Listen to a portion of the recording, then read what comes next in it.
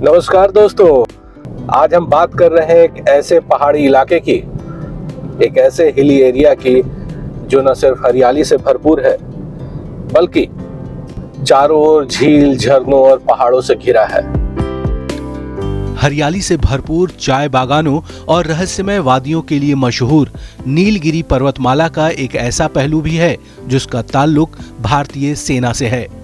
इसकी वजह दरअसल एक ऐसी छावनी है जो भारतीय थल सेना की एक रेजिमेंट के मुख्यालय के साथ साथ एक सैन्य ट्रेनिंग संस्थान भी है।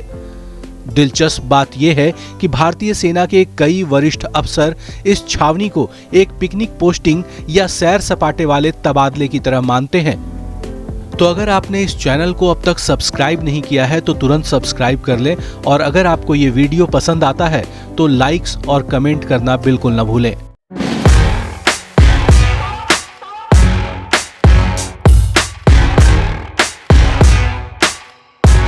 तमिलनाडु राज्य के नीलगिरी जिले में बसा वेलिंगटन दरअसल दो मशहूर हिल स्टेशनों ऊटी और कुन्नूर के बीच है।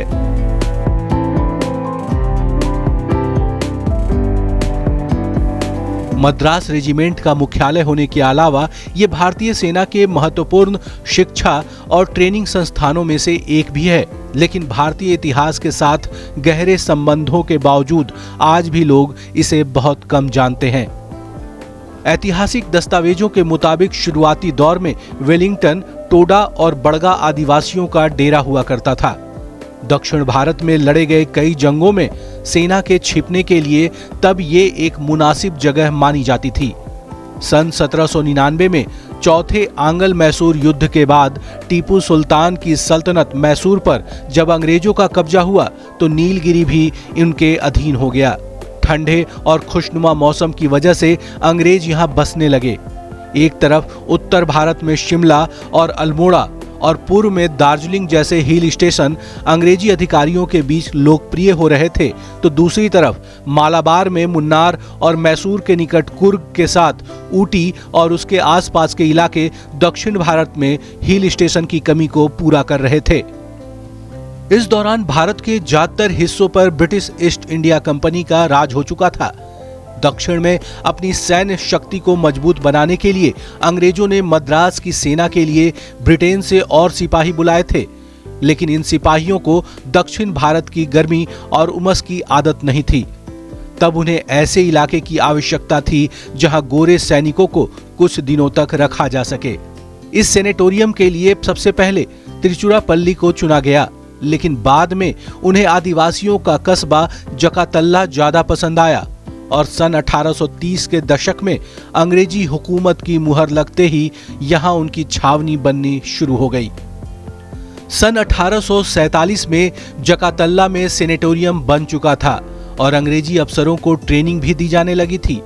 बाद में जब अफसरों की संख्या बढ़ी तो 1852 में बैरक निर्माण का काम शुरू हुआ, और चूंकि शुरुआती छावनी का सुझाव iron Duke of Wellington Arthur Wellesley ने दिया था, इसलिए इस जगह का नाम वेल्सले के नाम के साथ जोड़ते हुए वेलिंगटन रखा गया। फिर सन 1860 तक बैरक का काम पूरा हुआ और इसे वेलिंगटन बैरक कहा जाने लगा। सन 1947 तक कई ब्रिटिश रेजिमेंट यहाँ रही। इस दौरान गिरिजाघर समेत कई इमारतों का निर्माण हुआ जो आज भी मौजूद हैं। दिलचस्प बात यह है कि आज भी इनमें कई इमारतों का इस्तेमाल Kilimanjaro cinema hall, army school और केंद्रीय विद्यालय वेलिंगटन के लिए हो रहा है। यही नहीं, वेलिंगटन में ब्रिटिश अधिकारियों की तादाद बढ़ने के बाद उनके लिए एक क्लब खोला गया जो आज वेलिंगटन जिमखाना क्लब के नाम से मशहूर है। एक लोकप्रिय मान्यता के अनुसार मेट्टुपालयम से लेकर ऊटी तक मीटर गेज की रेलवे बनाने की चर्चा भी इसी क्लब से शुरू हुई थी। ये बात भी तय हुई थी कि वेलिंगटन को दोनों जगहों के बीच एक स्टेशन के तौर पर इस्तेमाल किया जाएगा। शायद यही वजह थी कि सन 1899 में जब ऊटी की मशहूर टॉय ट्रेन को पटरी पर उतारा गया तो वेलिंगटन भी उसके रास्ते में एक स्टेशन बना जो आज भी वहां मौजूद है।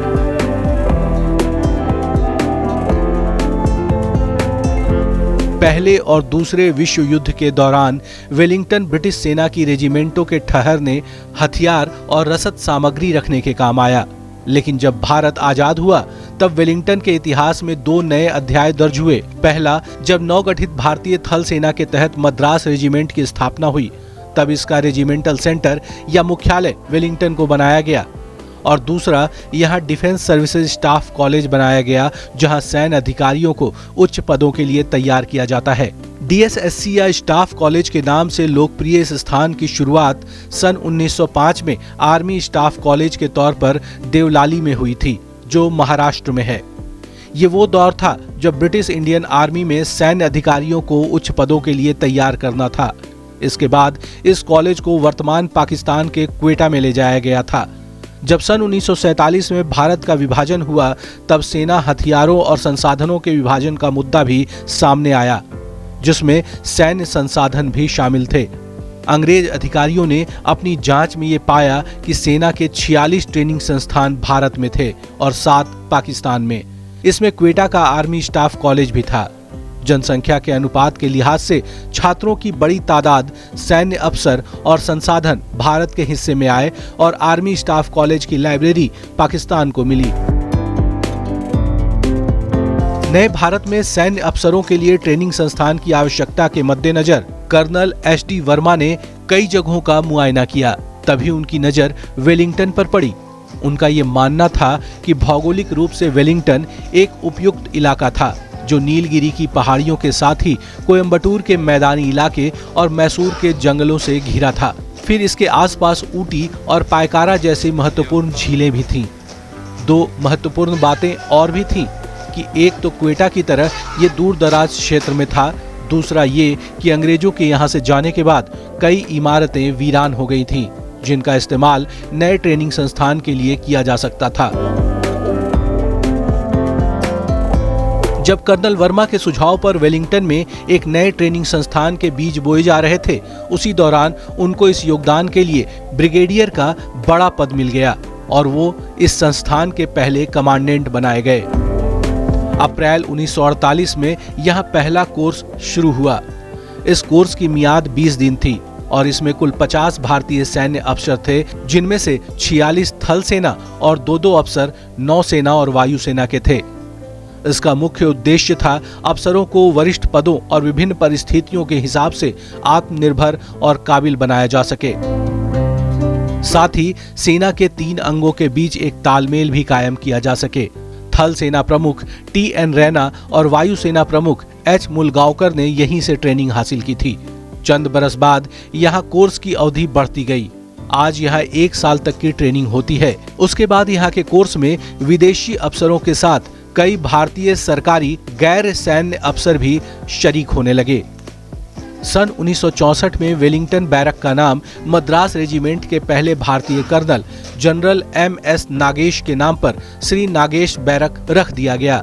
उसके बाद से वेलिंगटन भारतीय सेना के एक महत्वपूर्ण सैन्य और ट्रेनिंग केंद्र के रूप में उभरा। इस जगह की सबसे महत्वपूर्ण बात यह है कि बदलते समय के साथ कदम से कदम मिलाकर इसने अपने गौरवशाली इतिहास और गरिमा को कायम रखा है। तो ये थी वेलिंगटन की कहानी, एक हिल स्टेशन जिसने समय के साथ एक महत्वपूर्ण सैन्य केंद्र का रूप ले लिया। यहाँ की ठंडी हवाओं के इतिहास में कई पन्ने छिपे हैं जो भारतीय सेना की ताकत और देशभक्ति की भावना को दर्शाते हैं। अगर आप भी वेलिंगटन की इस अद्भुत विरासत और इतिहास को नजदीक से जानना चाहते हैं तो यहाँ जरूर आएं। नमस्कार।